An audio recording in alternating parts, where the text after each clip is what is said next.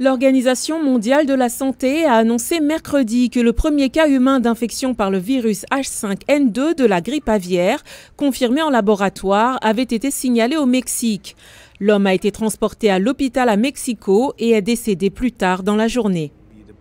Le patient est décédé après 3 semaines de complications générales.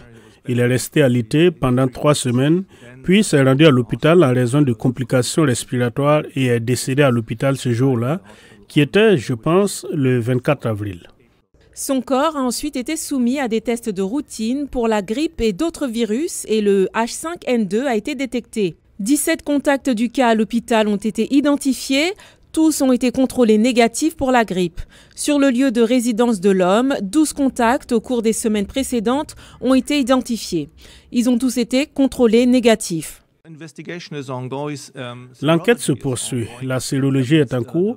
Cela signifie que l'on effectue des tests sanguins sur les contacts pour voir s'il n'y a pas eu d'infection antérieure.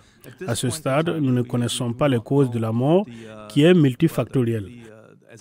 C'est comme ça que ça se passe dans les dossiers, pour ainsi dire, dans un tel cas.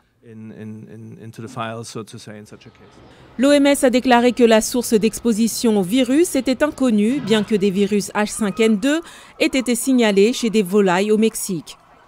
Une variante différente de la grippe aviaire, le H5N1, se propage depuis des semaines dans les troupeaux de vaches laitières aux États-Unis et quelques cas humains ont été signalés. Toutefois, les autorités affirment qu'il ne s'agit pas d'infection interhumaine, la maladie passant plutôt du bétail à l'homme. Sur la base des informations disponibles, l'Agence sanitaire des Nations Unies estime que le risque que représente actuellement le virus pour la population générale est faible.